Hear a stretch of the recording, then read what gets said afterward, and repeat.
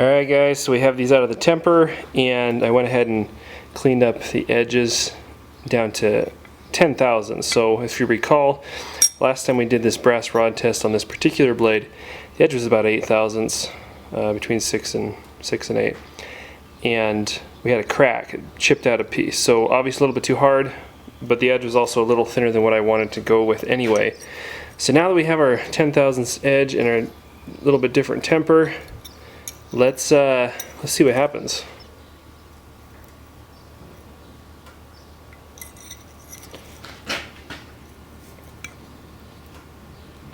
Don't know if you can see that. There you go, a little bit.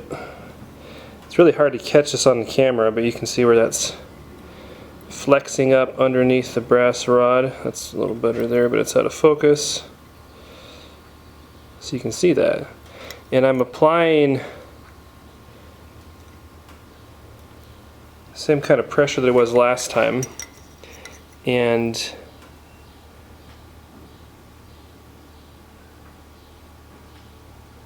getting good flex that I don't think you can really see on the camera, but we're not cracking, and yeah, that's awesome. So, oh, there's a snap. There's a tink right there. What did that do? I heard something.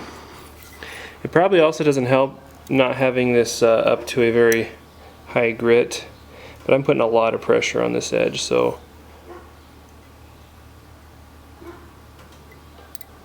might be some grit underneath is all. Alright, well, that's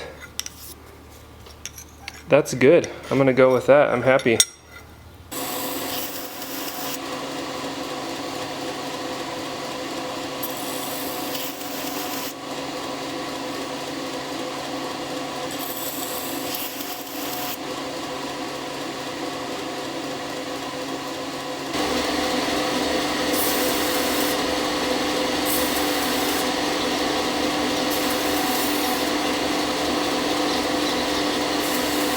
Okay, so I did have a tiny crack right about the middle of the blade here. That is what I heard, and you can barely see it, just the right light, and you get like some magnifying lens visor thingy or something, those deals. But so I ground it back just a little bit more and took that crack out. So this is a little thicker than 10 thousandths now.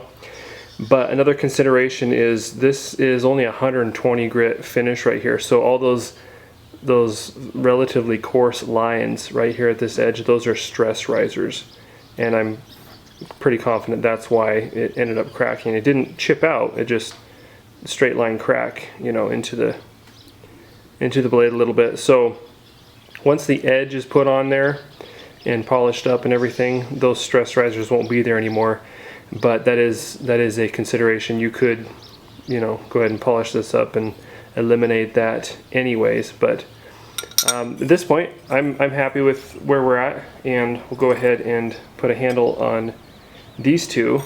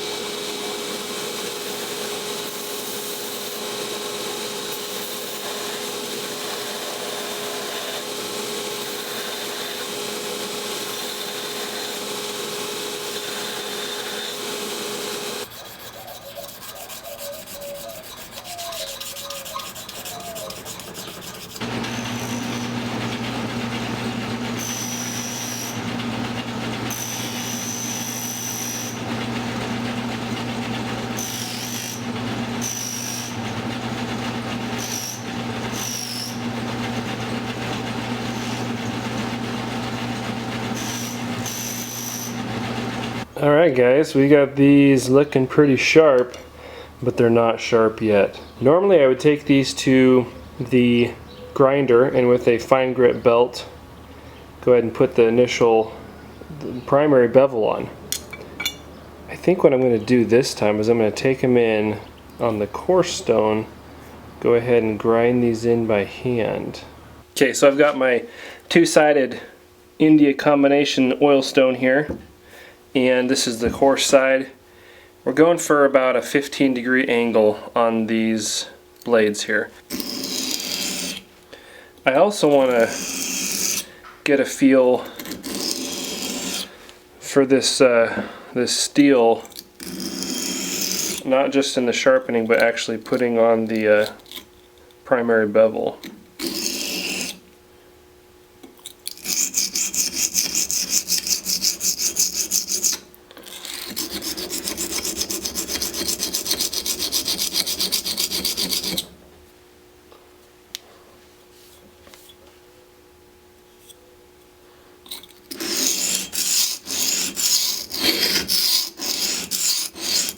So as I'm putting this primary bevel on here, I'm looking for a couple of things. First of all, I'm looking at the bevel that you can see very thin, as it should be, right down here at the edge.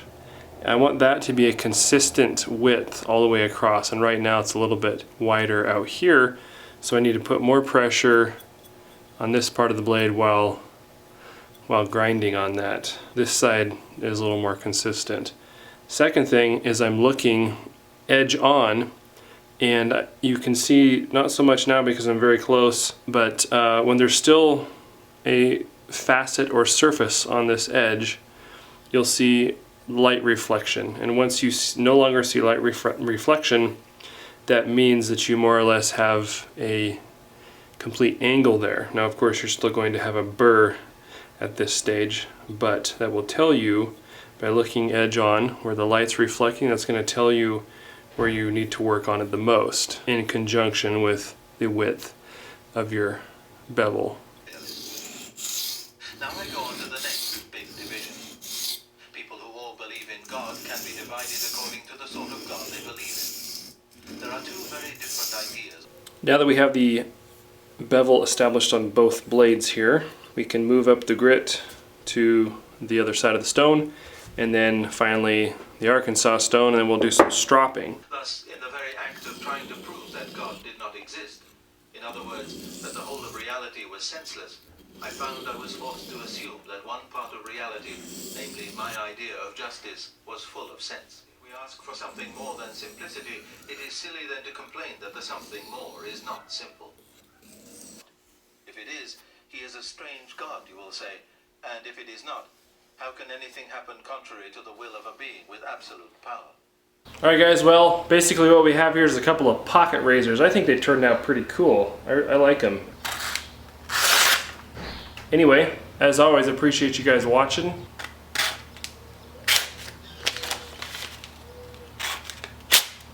And we will see you on the next video.